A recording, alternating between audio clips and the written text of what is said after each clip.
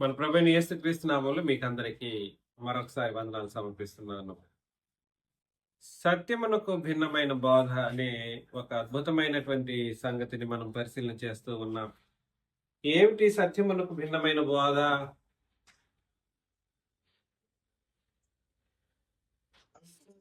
ఊహించి చెప్పే మాటలు, హితం లేని వంశవళ్ళు, ధర్మశాస్త్రం యొక్క వ్యక్తిగత విషయాలు. సత్యమునకు భిన్నమైన బోధ ఇదేమిటి అని అంటే ప్రాముఖ్యంగా ఇవాళ ధర్మశాస్త్రమును కలిసిన బోధ.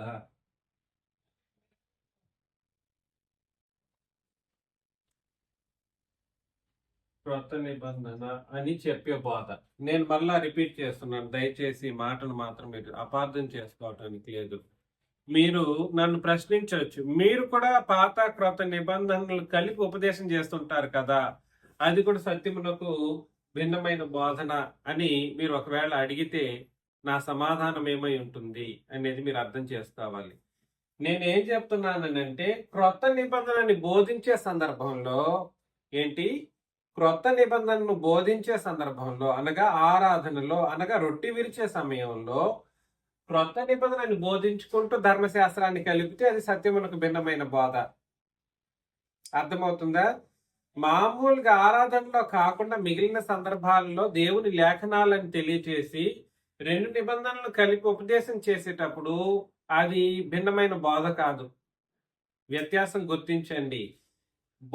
భిన్నమైన బోధ ఎప్పుడైపోతుంది, సత్యమునకు విభిన్నమైన లేదా భిన్నమైన బోధ ఎప్పుడవుతుందంటే క్రొత్త నిబంధనలు బోధించే సందర్భంలో రెండు నిబంధనలు కలిపి క్రొత్త నిబంధన బోధ అని చెప్పేవాడు ఏం బోధ చేస్తున్నాడనంటే ధర్మశాస్త్రాన్ని కలిపి బోధిస్తూ సత్యమునకు భిన్నమైనటువంటి బోధన చేస్తున్నాడని మీరందరూ గుర్తించాలి.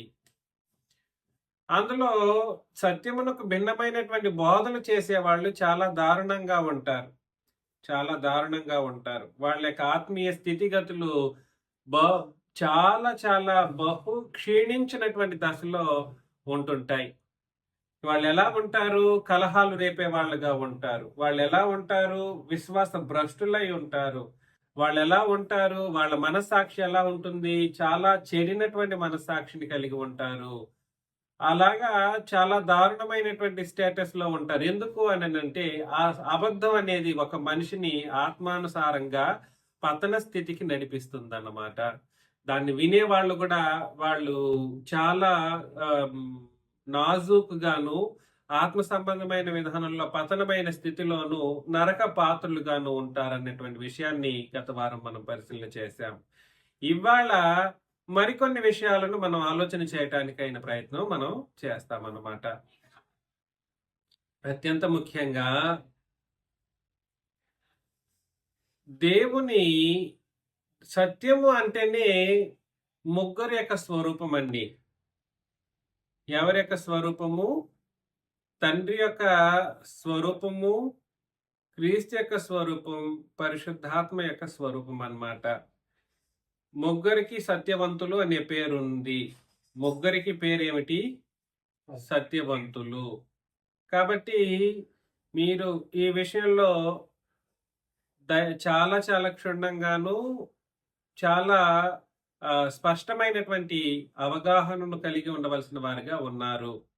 అందులో ప్రత్యేకంగా 1 యోహాను పత్రిక 4వ అధ్యాయం 6వ వచనం మనం చదివినప్పుడు 1 యోహాను పత్రిక 4వ అధ్యాయం 6వ వచనం, మనము దేవుని సంబంధులం, దేవుని ఎరిగిన వాడు మన మాట వినును, దేవుని సంబంధి కానివాడు మన మాట వినడు.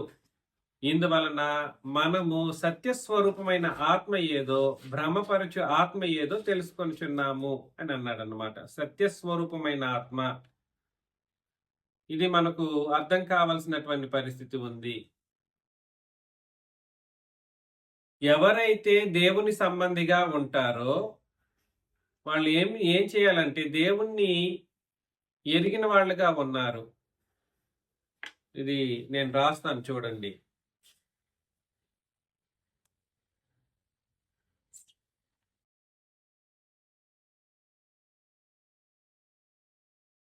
దేవుని ఎరిగిన వారు,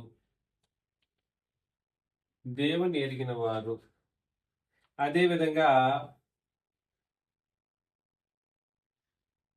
దేవుని సంబంధి,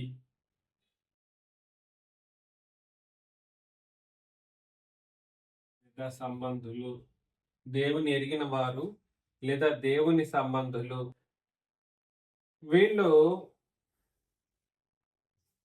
వీళ్ళు ఎవరి మాట వింటారంట? మన మాట అన్నాడనమాట అండి. మనం అనేవాళ్ళు ఎవరిక్కడ? అపోస్తలులు,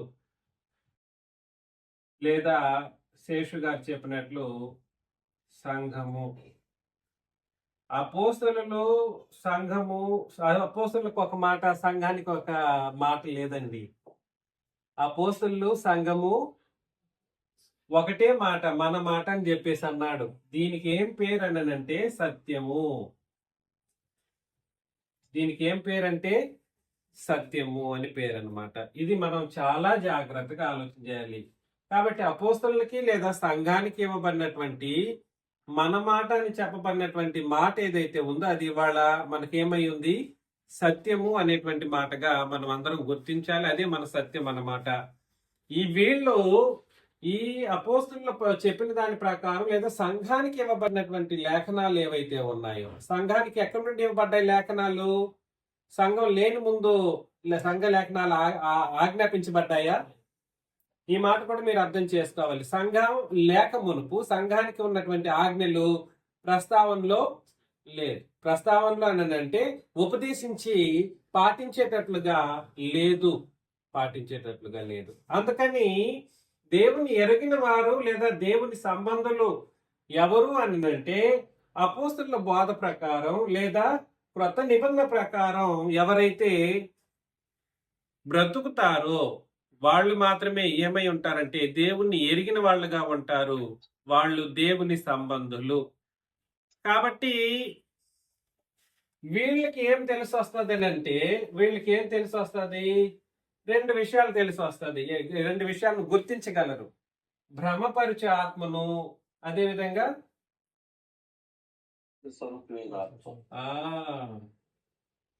సత్య స్వరూపమైన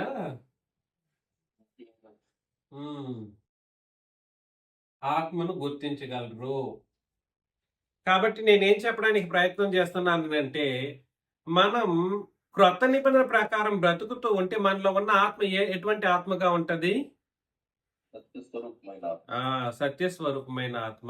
ఈ ఆత్మ ఎవరో కాదు, మనలో ఉన్న ఆత్మ మన పరిశుద్ధాత్ముడే. ఈ విషయం మనం గుర్తుపెట్టుకోవాలి.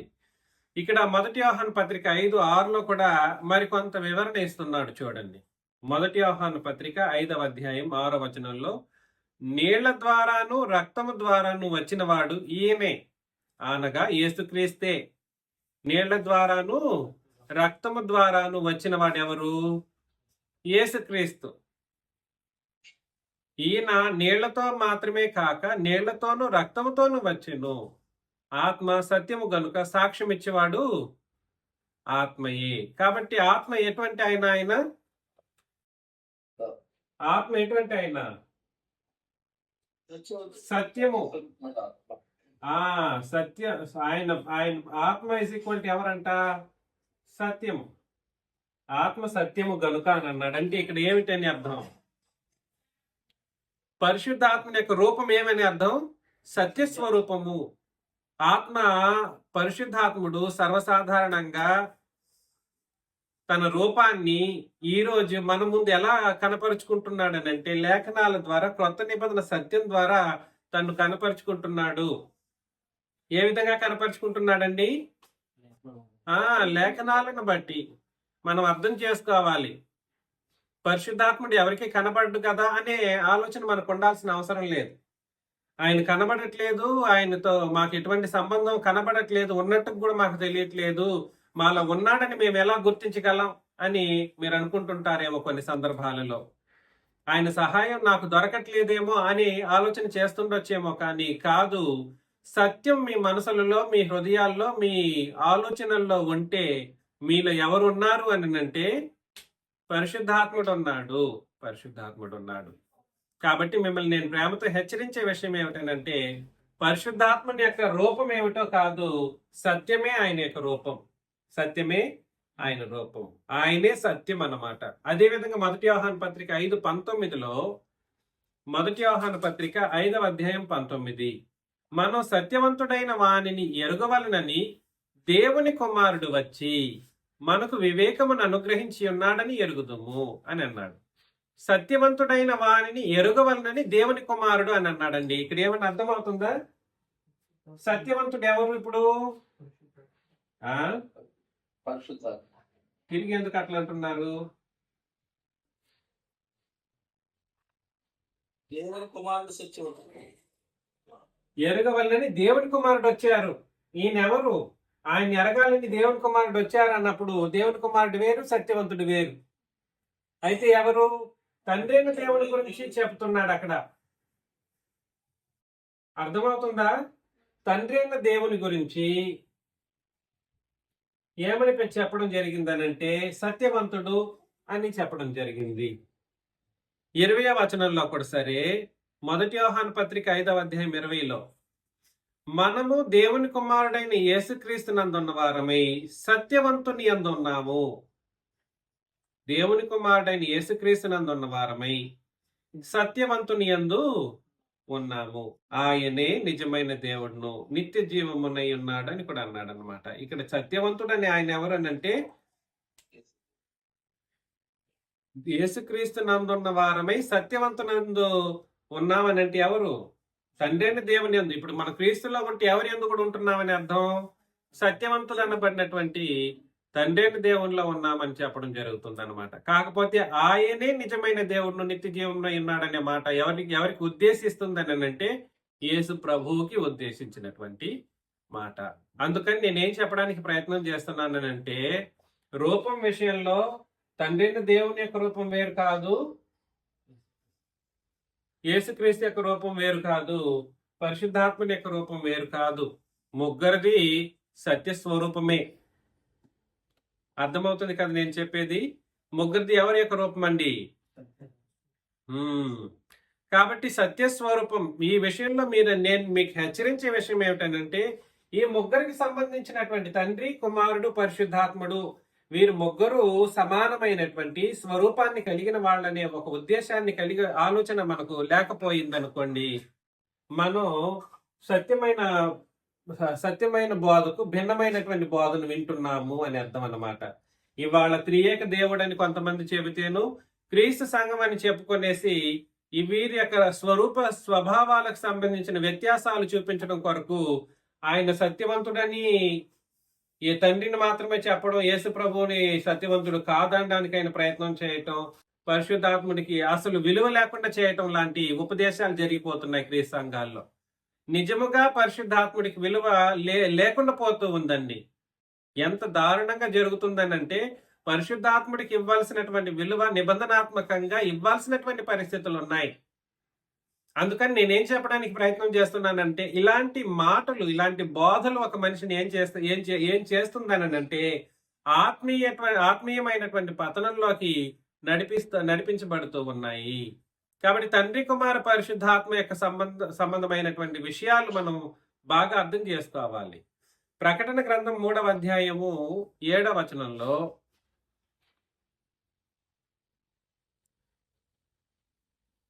ప్రకటన గ్రంథం 3:7లో ఫిలదెల్ఫియాలో ఉన్న సంఘపు దూతకు ఈలాగు వ్రాయుము, దావీదు తాళపు చెవి కలిగి ఎవడునూ వేయలేకుండా తీయువాడును, ఎవడునూ తీయలేకుండా వేయువాడునైన సత్యస్వరూపియగు పరిశుద్ధుడు చెప్పు సంగతులు ఏమనగా. ఎవరు అయినా తిరిగి పరిశుద్ధాత్ముడు అంటావు.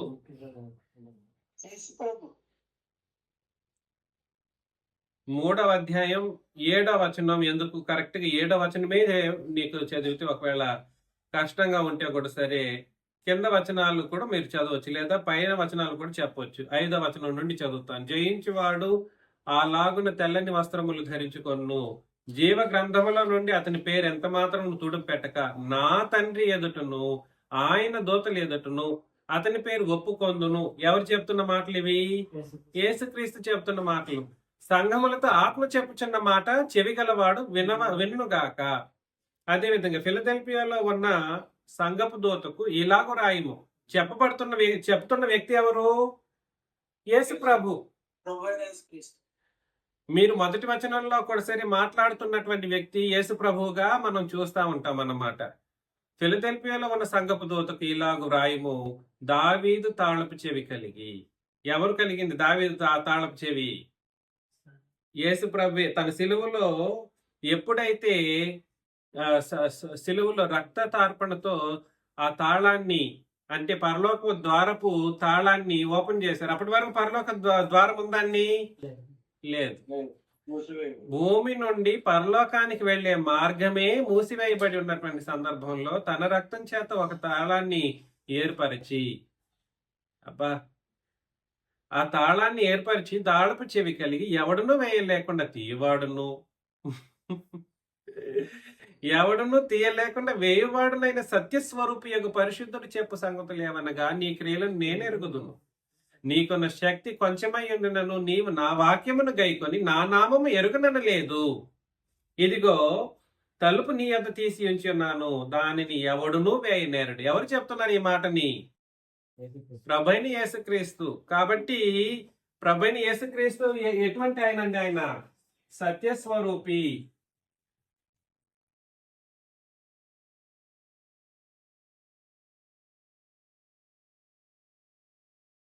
వచనాలు చెప్పినా నేను మారను అన్నోడికి ఎవడు ఏమి చేయలేడు. యేసు ప్రభు వచ్చి కనబడి చెప్పినా కూడా వినడం,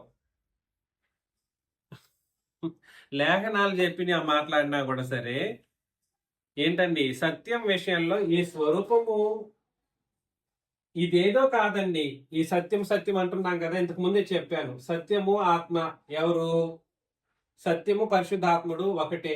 అదేవిధంగా అది రూపానికి సంబంధించినటువంటి మాట. సత్యవంతుడు అంటే అది కూడా రూపానికి సంబంధించింది. సత్య స్వరూపం అనేది కూడా రూపానికి సంబంధించినటువంటి మాటే.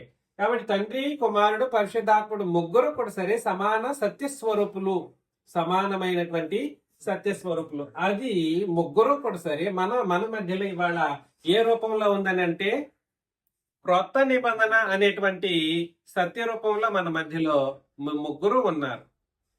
కాబట్టి ముగ్గురికి సమానమైనటువంటి ప్రాధాన్యతను ఇచ్చేటువంటి కోణంలో మనం ఆలోచన చేయాలి. ఇవాళ చాలా మంది ఏం చెప్తారో తెలుసా అండి? మీకు డినామినేషనలిజం గురించి తెలియదు. తెలుసా ఏమైనా? ఇప్పుడు ముగ్గురు ఉన్నారు కాబట్టి, ముగ్గురు స్వరూపం సత్యం కాబట్టి, ఒక వచనం చదివారు అనుకోండి, దేవుడు నాకు ఈ వచనాన్ని తెలియజేశాడు అనేసి చెప్పేస్తారన్నమాట. ఎట్లాగా? ఒక వచనం చదువుతారు, ఇవాళ నాకు దేవుడు చెప్పిన వచనం, దేవుడు నాతో మాట్లాడాడు అంటారు. ఒక మాట డైరెక్ట్ గా దేవుడు నాతో మాట్లాడాడు. దేవుడు మాటలే కదా ఇవి. దేవుడి మాటలు, ఆయన రూపం అది ఏంటిది? సత్యము. కాబట్టి ఆయన రూపం నా దగ్గర ఉంది కాబట్టి ఆయనే నాతో చెప్పాడు అన్నట్లుగా చెప్తూ ఉంటారు. అట్లాగా అది మరలా తిరిగి అంత ఓవర్గా వెళ్ళకూడదు. వెళ్ళాలంటే పోతే ఓవర్ వెళ్ళిపోతారు. నాతో మాట్లాడాడు అని అంటే ఇంకేముంది? ఇంకా అసలు చాలా దారుణంగా ఉంటుంది పరిస్థితి. అందుకని నేను ప్రేమతో హెచ్చరించే విషయం ఏమిటనంటే, రాత రూపకంలో ఎలాగండి? రాత రూపకంలో చెప్పబడినటువంటి క్రొత్త నిబంధన విషయాలను మనం ఏమని గుర్తించాలని అంటే, తండ్రి యొక్కయు, క్రీస్తు యొక్కయు, పరిశుద్ధాత్మ యొక్కయు స్వరూప స్వభావ లక్షణాలు అనేటువంటి విషయంలో మనం గుర్తించాలన్నమాట. ఈ విషయంలో, ఈ ముగ్గురు విషయంలో ఎటువంటి తప్పుదాలు మనం ఆలోచన చేసినా, ముగ్గురి విషయంలో ఎటువంటి తప్పిదాలు మనం ఆలోచన చేసినా మనం సత్య సంబంధంగా ఉండము, దేవుణ్ణి ఎరిగిన వాళ్ళంగా ఉండము, సత్యమునకు విభిన్నమైనటువంటి బోధలు చేసిన వాళ్ళంగా పిలువబడతాం అన్నమాట. ఇది జాగ్రత్తగా మనం ఆలోచన చేయాల్సిన ముఖ్యమైనటువంటి విషయం. మరొక విషయం ఏమిటనంటే, మీకు అందరికీ తెలుసు. అయితే ఇవాళ సత్యమునకు స్తంభం ఏదండి? డైరెక్ట్ గా చెప్పేస్తారు. సత్యమునకు స్తంభం ఏమిటి? సంఘమే. తిమోతికి రాసిన మొదటి పత్రిక తిమోతికి రాసిన మొదటి పత్రిక 3వ అధ్యాయము 15వ వచనంలో, అయినను నేను ఆలస్యం చేసిన యెడల దేవుని మందిరములో అనగా జీవము గల దేవుని సంఘములో జీవము గల దేవుని సంఘములో జనులు ఎలాగ ప్రవర్తింపవలెనో అది మీకు తెలియవలనని ఈ సంగతులను నీకు వ్రాయిచున్నాను. అంటే అపోస్తలులు రాతరూపకంగా ఇచ్చారు చూడండి. అపోస్తలులు రాతరూపకంగా ఇచ్చారు చూడండి.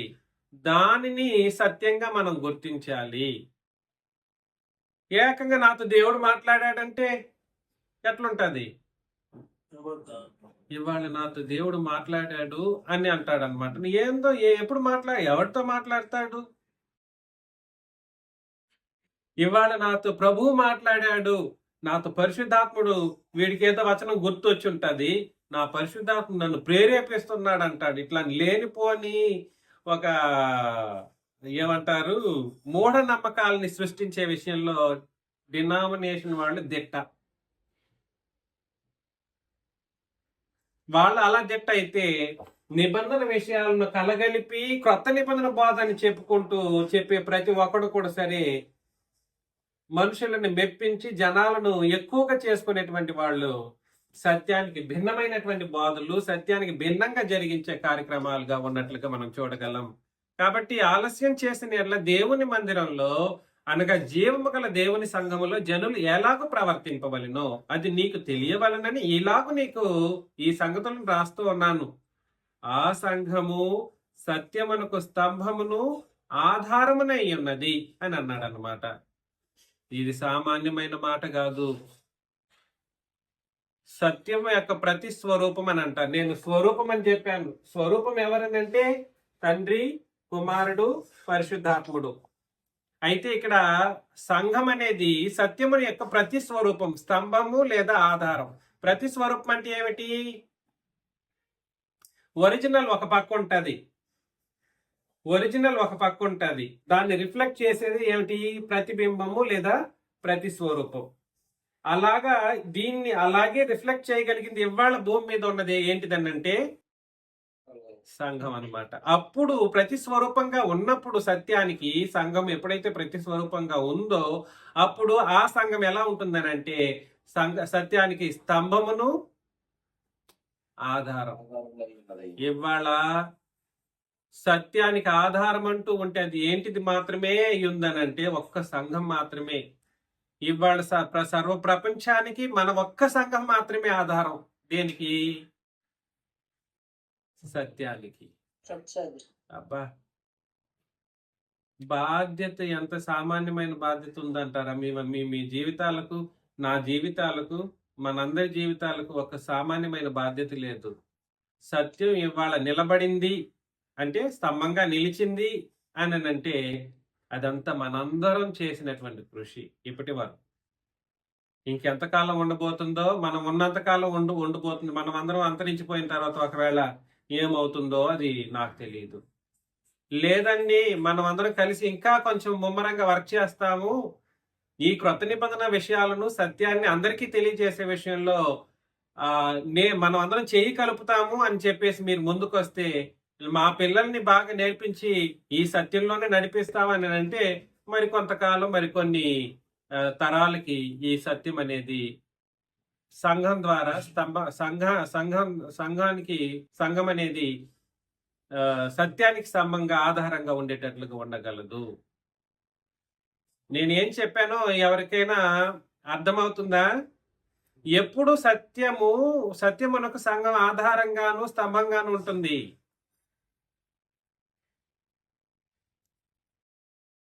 ఎప్పుడు నేను ఆ మాట, ఒక ఎక్స్ట్రా మాటను ఉపయోగించాను అక్కడ, అది మీకు అర్థం కావాలి.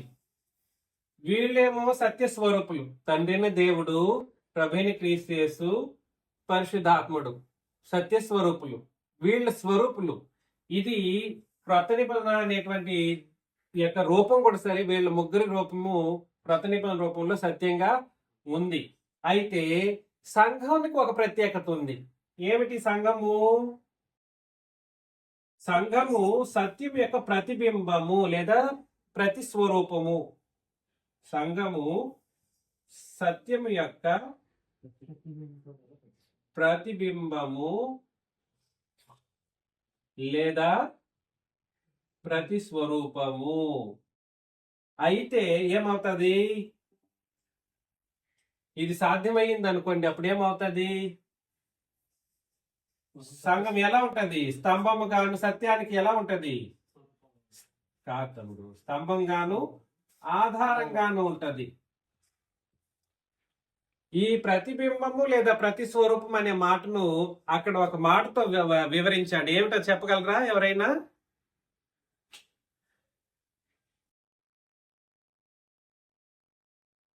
చెప్పగలరా? అక్కడే చెప్పాడు, నేను మరలా చెప్తున్నాను చూడండి. అనగా దేవుని మందిరములో అనగా జీవము గల దేవుని సంఘములో జనులు ఎలాగూ ప్రవర్తింపవలెనో అని అన్నాడు అన్నమాట. కాబట్టి సంఘంలో ఉన్న మనుషులు ఎలా ప్రవర్తించాలి? ఈ సత్యాన్ని బట్టి బ్రతకాలి భూమి మీద. దాన్నే ప్రతిబింబం అని అన్నాడు.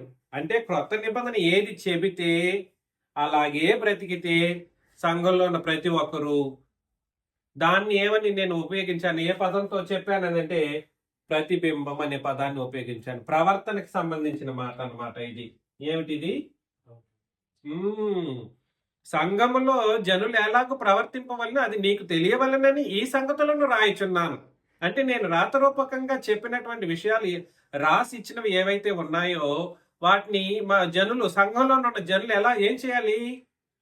ప్రవర్తించాలి. ఎలా ప్రవర్తించాలి అంటే ఏ ఒక్క సంగతిని కూడా విడిచిపెట్టకుండా ప్రవర్తించడానికి ఆయన ప్రయత్నం చేయాలి. అప్పుడు ఏమవుతుంది?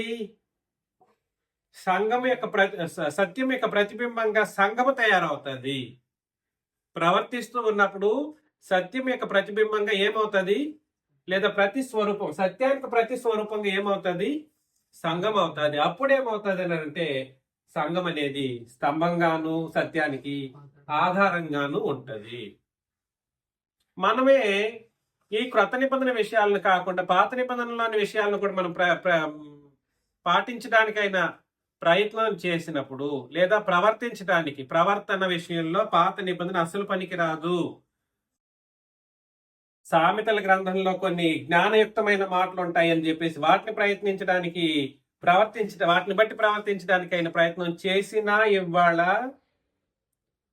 ఏమైపోతారు అని అంటే సత్యాన్ని నుండి తొలగిపోయిన వాళ్ళుగా పిలువబడతారు.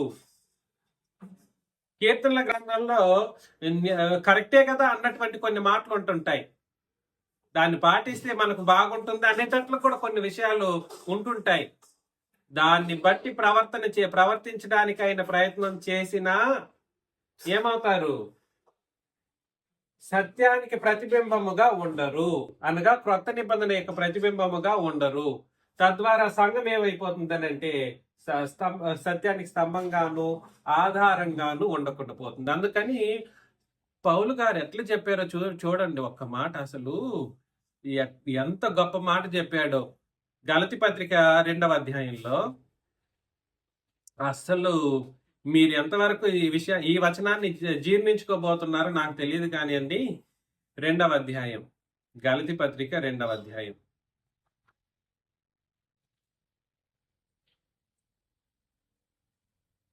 మూడు 4, 5 చదవండి. అయినను నాతో కూడా ఉన్న తీతు అతను సొన్నతి పొందడకు బలవంతం పెట్టలేదు.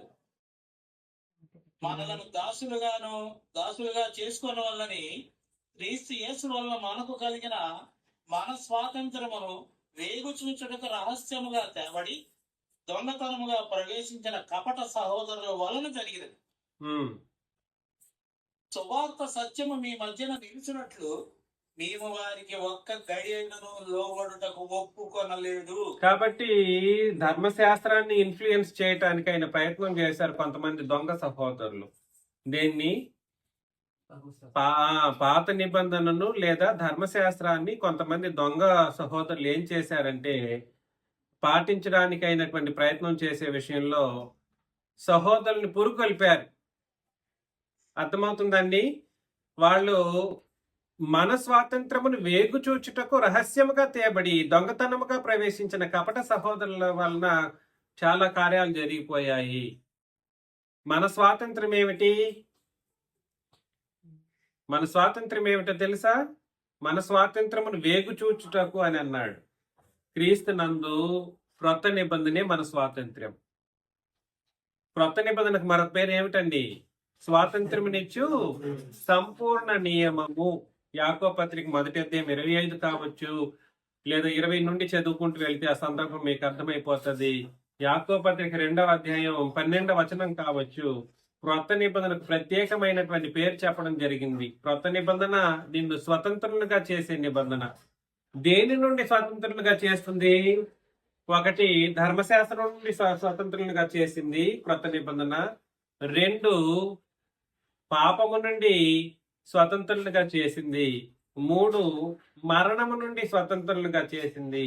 4, అపవాది నుండి విడిపించి స్వతంత్రులుగా చేసింది. కాబట్టి ధర్మశాస్త్రము నుండి, అపవాది నుండి, మరణము నుండి, పాపము నుండి విడిపించిన నియమం ఏ నియమము? స్వాతంత్రమునిచ్చిన నియమం. అదేమిటో కాదు, క్రొత్త నిబంధన. అందుకని చెప్పేశాడు, మన స్వాతంత్రమును వేగు చూచుటకు. ఈ నిబంధనలో ఎప్పుడు ఏది కలుపుదామా అనే ఆలోచనతో కొంతమంది వేగు చూస్తూ వస్తూ ఉంటుంటారు. రహస్యంగా తేబడిన దొంగతనంగా ప్రవేశించినటువంటి కపట సహోదరుల వలన జరిగినది. సువార్త సత్యము మీ మధ్యను నిలిచినట్లు మేము వారికి ఒక్క గడియ అయినను లోబడ్డకు ఒప్పుకొనలేదు. ఏం చెప్పారు చెప్పండి? ఒక్క గడి అంటే అర్థం ఏమిటి? అబ్బా, పాత నిబంధన కలిపిన అబద్ధ బోధన వినడానికంట ఒక్క సెకండ్ కూడా స్పెండ్ చేయలేదంట పౌలు గారు, అనగా అపోస్తలులు. ఏంది ఇది? ఇంత అద్భుతమైనటువంటి క్యారెక్టరిస్టిక్సా?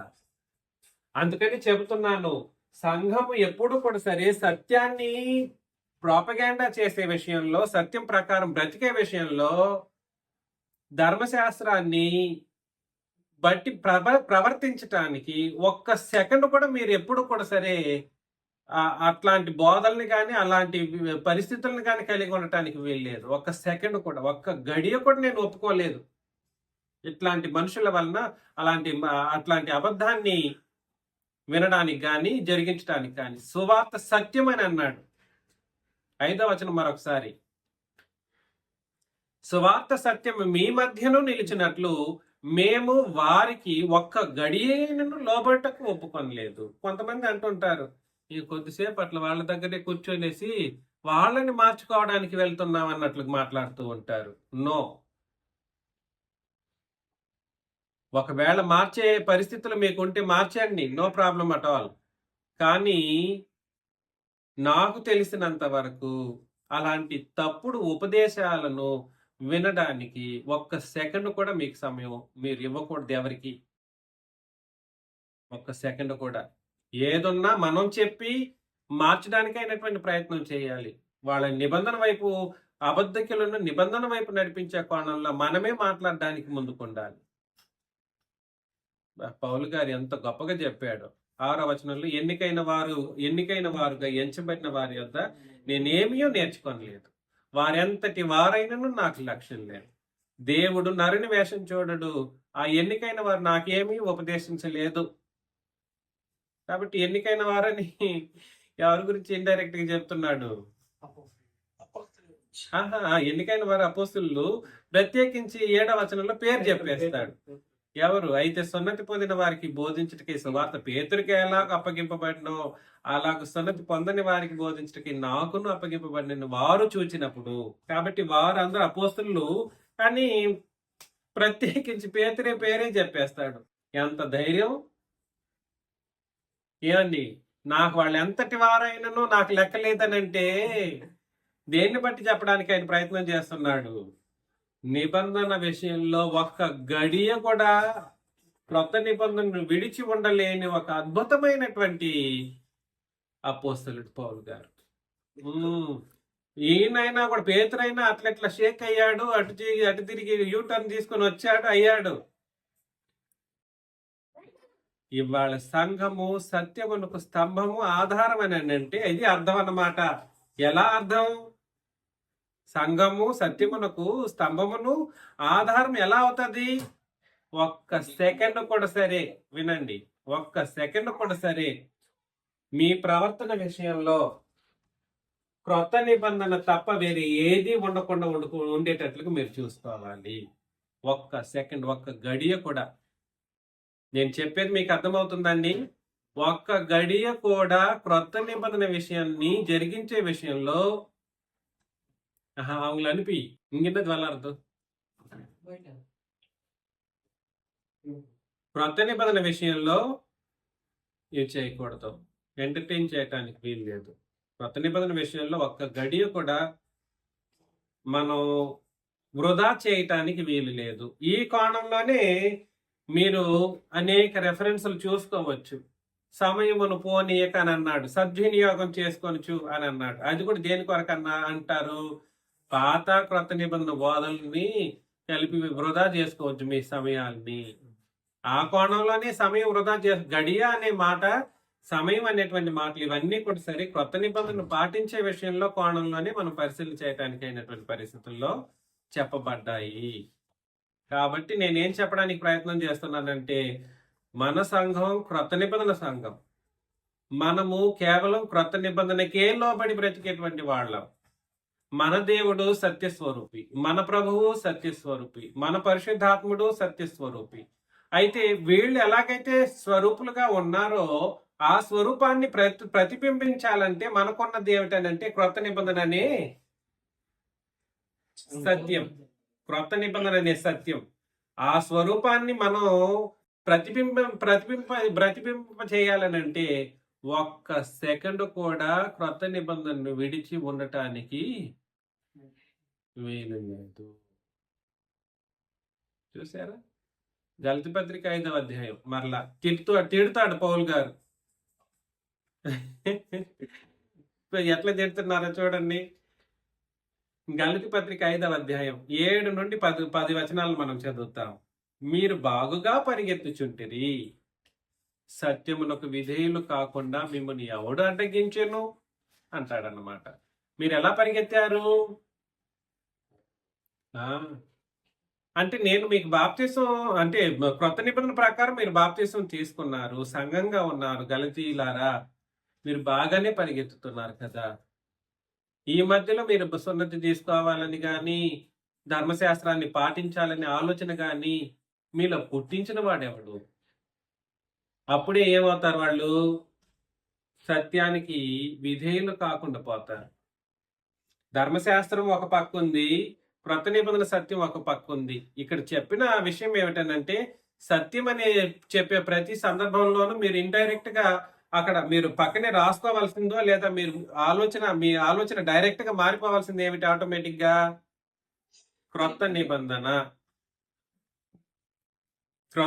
అనే ఆలోచన మీకు వచ్చేసేయాలన్నమాట. కాబట్టి సత్యమునకు విధేయులు కాకుండా మిమ్మల్ని ఎవడు అటకించును? ఈ ప్రేరేపణ మిమ్మల్ని పిలుచున్న వాని వలన కలగలేదు. పులిసిన పిండి కొంచెమైనను ముద్ద అంతయు పులియజేయును. పులిసిన పిండి ఏమిటి? ధర్మశాస్త్రం.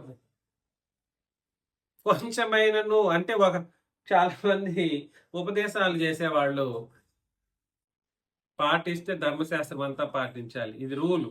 ఎవరికైనా మొదటి పాత నిబంధనల వాళ్ళకైనా ఇప్పుడు ఉన్న వాళ్ళకైనా కూడా సరే. ఒకవేళ నేను నాకు క్రొత్త నిబంధన అవసరం లేదనుకున్న వాళ్ళు ఏం చేయాలంటే ధర్మశాస్త్రం మొత్తం పాటించితే ఒకవేళ వాళ్ళు నీతిమంతులుగా తీర్చబడగలరేమో.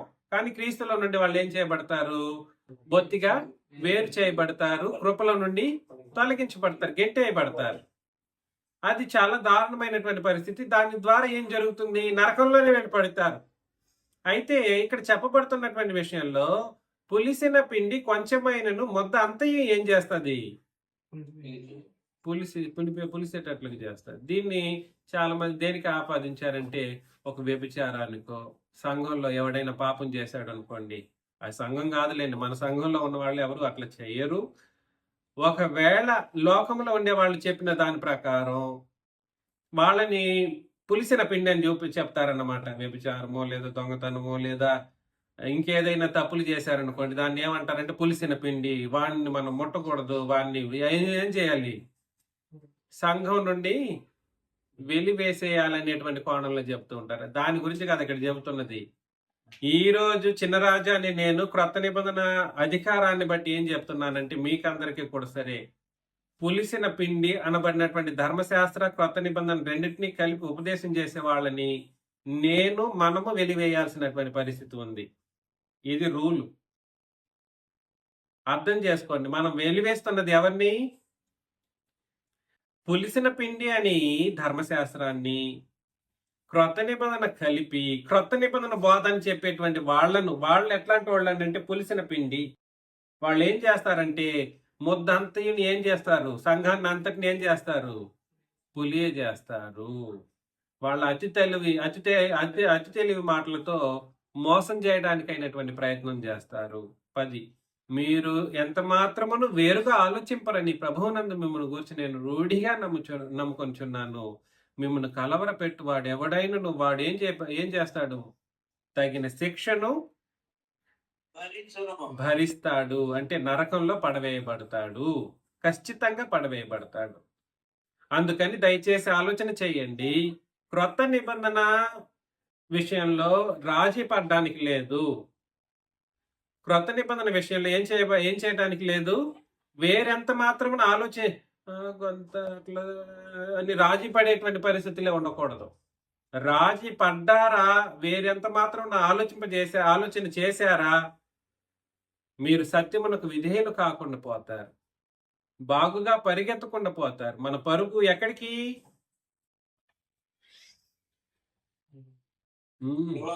పరలోకానికి. మీ మనసులు అపవిత్రపరచబడిపోతాయి. చాలా దారుణంగా మీ హృదయం దుర్మార్గతతోనూ దుష్టత్వంతోనూ నిలిచిపోతుంది అన్నమాట. తద్వారా ఏమన్నా మంచి జరుగుతుందా? ఏం జరుగుతుంది? కీడు జరుగుతుంది. మేలు ఏనాడును జరగదు. ఆలోచన చేయండి. మిమ్మల్ని ప్రేమతో నేను మనవి చేస్తున్నాను. ఈ విషయాలను మీరు సత్యం నుండి తొలగిపోతే మాత్రం శిక్షకు పాత్రలు అయిపోతారు. సత్యం నుండి తొలగిపోతే ఏమైపోతారు? శిక్షకు పాత్రలు, ఉగ్రతకు పాత్రలు, సత్యహీనులైపోయి చాలా దుర్మార్గపు స్థితిగతుల్లోకి నెట్టివేయబడతారు. ముందు సత్యాన్ని ప్రతిఫలింప చేయాలి. ఇక్కడ ఆ మాట కూడా చెప్పాలి. ప్రతిబింబింప చేయటం, ప్రతిస్వరూపం కలిగి ఉండటం, లేదా ప్రతిఫలింప చేయటం అనేటువంటి మాటలు మీరు ఉపయోగించుకోవచ్చు. 2వ తిమోతికి రాసిన పత్రికలో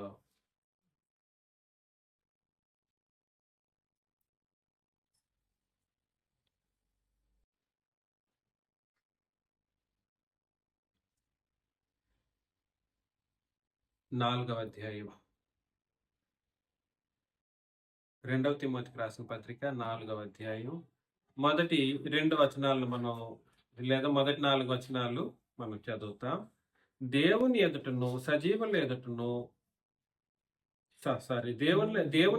సజీవులకును మృతులకును తీర్పు తీర్చి క్రీస్తు యేసు ఎదుటను ఆయన ప్రత్యక్షత తోడు ఆయన రాజ్యము తోడు నేను ఆనబెట్టి చెప్పనిదేమనగా వాక్యమును ప్రకటించము. చూసారా? ఏం ప్రకటించాలి? వాక్యాన్ని ప్రకటించము. సమయమందును అసమయమందును ప్రయాసపడము. అంటే గడి అన్నాం చూడండి. గడియలు వెతికే పరిస్థితుల్లో ఉండొచ్చు మనోళ్ళు. ఒక్క సందర్భం కూడా సరే మనకు సమయం దొరికినా దొరకకపోయినా అసమయం ఉందంటే అర్థమేమిటి? అసమయము అంటే అర్థమేమిటండి? కాని సమయంలో నేను ఈ విషయాన్ని మీకు కష్టం అనిపించినా కూడా సరే చెప్పక తప్పదు. ఏంటనంటే సమయం మనకు ఉంటుంది. సమయం ఉన్నప్పుడు వీలు పడితే వస్తానులే సత్యం చెప్పడానికి లేదా సత్యాన్ని ప్రకటించడానికి అన్నట్లుగా చెప్తూ ఉంటారు. అసమయం ఉందన్నప్పుడు చెప్పండి. అసమయం అప్పుడు మనం ఎట్లాంటి ఆలోచనలు కలిగి ఉంటాం? ఏం చెప్తాం చెప్పండి? అసమయం ఏదో కారణాలు చెబుతాం అన్నమాట. పనుల నుంచి ఒప్పుకుంటాం. ఏదో కారణాలు వెతుకుంటాం. దానికి ప్రీచర్ అని నేనేం చేస్తానంటే ఇంక ఎదురు చెప్పలేనంత పరిస్థితుల్లో మీరు కూడా మాట్లాడుతూ ఉంటారన్నమాట. కాబట్టి మనం సమయమందు కార్యాలు చేయడం కంటే కూడా సరే, అసమయమందు కూడా సరే ప్రయాసపడడానికి అసమయమందు చేస్తేనే ప్రయాస అవుతుంది. అర్థమవుతుందా? అసమయమందు మనం దైవ కార్యక్రమం చేసినప్పుడు ఏమవుతుంది? ప్రయాస. దానికి అవసరం ఏమిటనంటే సంపూర్ణమైన దీర్ఘశాంతం. దాంతో ఏం చేయాలంటే ఉపదేశించుచు, ఖండించుచు, గద్దించుము, బుద్ధి చెప్పుము. కాబట్టి ఈ విషయంలో మీరందరూ కూడా సరే దేవుని యొక్క ఉపదేశాన్ని, దేవుని యొక్క ఖండనను, గద్దింపును, బుద్ధి చెప్పేటువంటి వీటిని పెడచెవిన పెట్టకూడదు. అర్థమవుతుందా? పెడచెవిన పెట్టకూడదు. మిమ్మల్ని ఈ విషయాన్ని ఎందుకు నేను అలా చెబుతున్నానంటే, ఎందుకనగా అక్కడే చెప్పేశాడు, జనులు హితబోధను సహింపక. హితబోధ అంటే ఏమిటండి? హితబోధ, అపోస్తుల బోధ, లేదా క్రొత్త నిబంధన బోధ, లేదా సత్యం. సత్యానికి ఇంకో పేరు ఏమిటి? హితబోధను సహింపక దురద చెవులు గలవారై తమ స్వకీయ దురాశలకు అనుకూలమైన బోధకులను తమ కొరకు పోగు చేసుకుని సత్యమునకు చెవినీయక కల్పనా కథల వైపు తిరుగు కాలము వచ్చును. కాబట్టి నేనేం చెప్పడానికి ప్రయత్నం చేస్తున్నానంటే, ఈ ఖండనను, ఉపదేశాన్ని లేదా గద్దింపును మీరు కానిచ్చే నన్ను అన్నాడే అనే మీరు నెగటివ్ గా ఫీల్ అయిపోయారు అనుకోండి, ఆటోమేటిక్ గా గద్దించాడు చిన్నరాజా గారు నన్ను, అట్లన్నాడు ఇట్లన్నాడు అని అంటే మాత్రం మీరు ఇక తప్పిపోయినట్టే. మరలా రిపీట్ చేస్తున్నాను, చిన్నరాజా గారు నన్నే చెప్పాడు, ఇట్లా చెప్తాడు ఉపదేశాలు, అట్లా ఖండిస్తూ చెప్తాడు, గద్దిస్తూ చెబుతాడు అని అంటే నాకు బుద్ధి చెప్పేంత ఇది ఉందా అన్నట్లుగా మీరు ఎవరైనా అహంకార రూపంలో కార్యం చేయడానికి అయిన ప్రయత్నం చేస్తే ఇంకా మీరేం చేస్తారంటే నెక్స్ట్ బోధకుని రెడీ చేసుకుంటారు. సత్యమునకు చెవినీయక కల్పనా కథల వైపు తిరిగిపోతారు. ఇంక సత్యానికి చెవినిచ్చే పరిస్థితుల్లో కూడా ఉండరు, ఇంకెందుకులే అన్నట్లుగా అయిపోతుంది. కాబట్టి గద్దింపును, దేవుని ఖండనను క్రొత్త నిబంధన ప్రకారం నీతి నిమిత్తం చెబుతూ ఉన్నప్పుడు మృతులకును సజీవులకును తీర్పు తీర్చు క్రీస్తు యేసు ఎదుట సాక్ష్యం చెప్పి మాట్లాడుతున్నటువంటి మాట. తీర్పులో మనం సరిగ్గా ఉండడానికి మీకు ఉపదేశాలు అవసరం, ఖండన అవసరం, గద్దింపు అవసరం. కేవలం నేను ఉపదేశమే చేస్తూ ఉంటాను. అనేక సందర్భాల్లో ఎవరిని నేను ఖండించట్లేదు, గద్దించటం లేదు. బుద్ధి చెప్పే విషయంలో అప్పుడప్పుడు నేను కొంతమందికి చెప్తూ ఉంటాను. బోధ విషయంలో బుద్ధి చెప్పడం నేను సర్వసాధారణంగా చెబుతున్నదే చేస్తున్నదే, కానీ ఖండించడం అయితే ఇంకా స్టార్ట్ చేయలేదు. ఇంకా గద్దించడం అయితే అసలు ఇంకా స్టార్ట్ చేయలేదు. అట్లా చేశాను అనుకోండి, వయసు అయిన సహోదరులు ఉన్నారు, మర్యాదాస్ గారు లాంటి వాళ్ళు, శేషు గారు లాంటి వాళ్ళు, బెంజమిన్ అంకుల్ లాంటి వాళ్ళు, అమ్మగారు లాంటి వాళ్ళు నాకు గద్దించే అంత ఏముంది నీకు అన్నట్లుగా చెప్పే పరిస్థితులు ఉంటాయి. అయినా మనవాళ్ళు ఎప్పుడు చెప్పరు.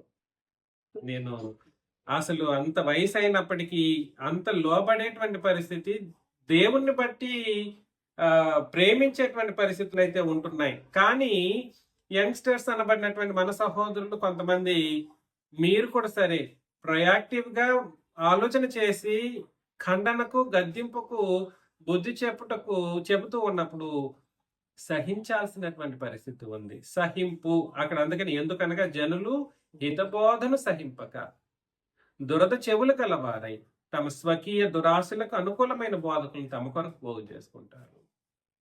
కాబట్టి సహించాలి గద్దింపును, ఖండనను.